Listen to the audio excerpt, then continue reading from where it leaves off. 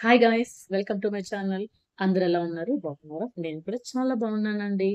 So, ఈరోజు మీకోసం chicken leg పీస్‌ది fry ఎలా చేయాలో చూపించబోతున్నాను.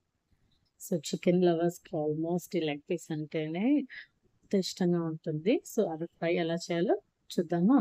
ముందుగా నా ఛానల్‌ని ఫస్ట్ టైమ్ చూస్తున్నట్లయితే సబ్స్క్రైబ్ చేసుకోవడం మాత్రం మర్చిపోకండి. ఈ రెసిపీ కోసం నేను ఒక 3 లెగ్ పీసెస్ తీసుకున్నాను.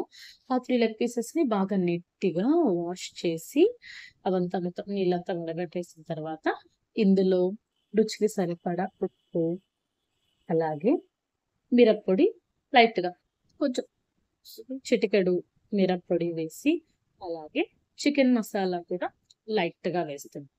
ఆ తర్వాత ఫ్రెష్‌గా రుబ్బుకున్నటువంటి అల్లం వెల్లుల్లి పేస్ట్ ఒక హాఫ్ స్పూన్ వేసి మొత్తాన్ని బాగా మిక్స్ చేస్తున్నాం. ఇప్పుడు ఈ వేసుకున్నటువంటి సాల్ట్, మిరప్పొడి, అల్లం వెల్లుల్లి పేస్ట్ అంతా ఈ లెగ్ పీసెస్‌కి పట్టేలాగా బాగా మిక్స్ చేయాలన్నమాట. ఇప్పుడు దీన్ని ఒక హాఫ్ అన్ అవర్ ఫ్రిడ్జ్‌లో అలాగే పెట్టేసేయండి.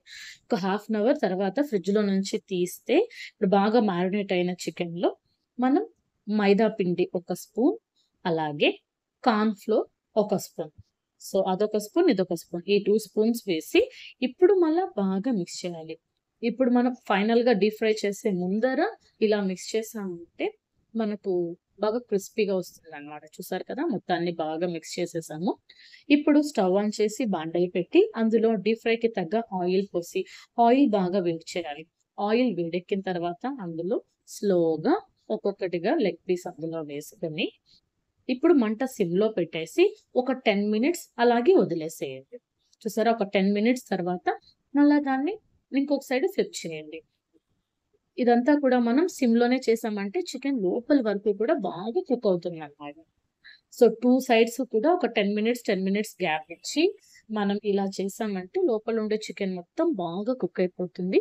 నెక్స్ట్ మనం ఆ క్రిస్పీనెస్ కోసం ఇప్పుడు మంటని మీడియం టు హై ఫ్లేమ్‌లో చేంజ్ చేసి 2 సైడ్స్ మనం చేంజ్ చేసుకుంటూ బాగా కాల్చాలి. సో, చూస్తున్నారు కదా! మొత్తం మనం ఒక 10-15 మినిట్స్ పడుతుందండి. 2 సైడ్స్ బాగా చేంజ్ చేసి తిప్పి బాగా ఫ్రై చేయాలి. సో, అయిపోయిన తర్వాత చూసారు కదా! ఈ విధంగా గోల్డెన్ కలర్‌లోకి వచ్చేసింది. ఈ స్టేజ్‌లో మనం స్టవ్ ఆఫ్ చేసేసి దాన్ని ఇలాగా చిల్లుల ప్లేట్ ఉంటుంది కదా! దాంట్లోకి వేసామంటే ఆయిల్ అంతా వడగడుతుందనమాట. సో, ఆయిల్ అంతా వడగట్టేసిన తర్వాత దాన్ని ఫ్రెష్‌గా ప్లేట్‌లో తీసుకొని నిమ్మకాయి, ఆనియన్‌తో సర్వ్ చేసుకున్నామంటే సూపర్‌గా ఉంటుందండి.